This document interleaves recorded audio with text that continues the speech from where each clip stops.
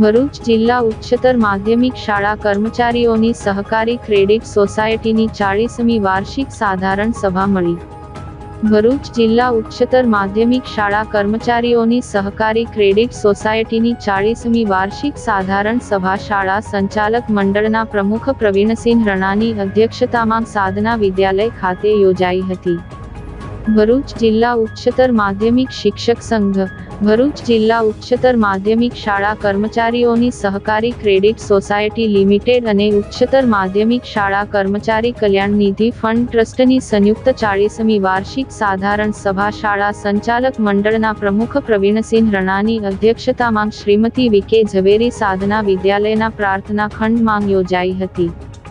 સાધના વિદ્યાલય ખાતે યોજાયેલ 40મી વાર્ષિક સાધારણ સભામાં મૂકવામાં આવેલ 3 જેટલા એજન્ડા ઉપસ્થિત સભાસદોએ સર્વાનુમતે મંજૂર કર્યા હતા.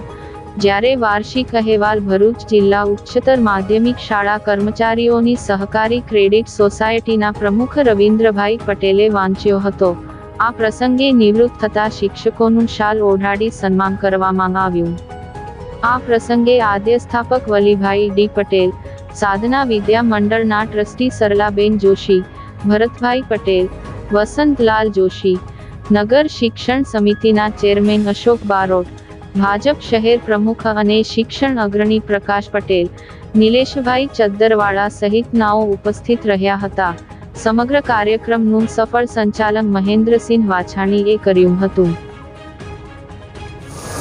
ભરૂચ જિલ્લા ઉચ્ચતર માધ્યમિક કર્મચારીઓની સહકારી ક્રેડિટ સોસાયટીની 40મી વાર્ષિક સાધારણ સભા આજરોજ વી.કે. ઝવેરી સાધના વિદ્યાલય ખાતે યોજાઈ.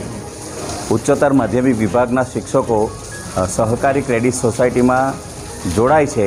આ શિક્ષકોને એક જ કાગળથી 8 લાખ રૂપિયા સુધીનું લોન સહકારી ક્રેડિટ સોસાયટી દ્વારા પૂરી પાડવામાં આવે છે.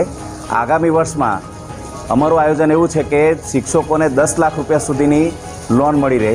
ચાલુ વર્ષની વાત કરીએ તો ચાલુ વર્ષે અમારા સભાસદોની સંખ્યામાં વધારો થઈને 350 સભ્યો થયા છે. કાયમી બચતમાં પણ વધારો થયો અને નફામાં પણ વધારો થયો છે. તેના અનુસંધાને અમે ક્રેડિટ સોસાયટીનું ભવ્ય મકાન બને એવા આયોજન પણ કરી રહ્યા છે. ચાલુ વર્ષે 15% ડિવિડન્ડ અને કાયમી બચત પર 6% વ્યાજ આજરોજ અમે જાહેર કર્યું છે. આ સહકારી મંડળીનો વધુમાં વધુ શિક્ષકો જોડાય અને લાભ લે એવી અવર્થ્યા વિનંતી કરીએ છીએ.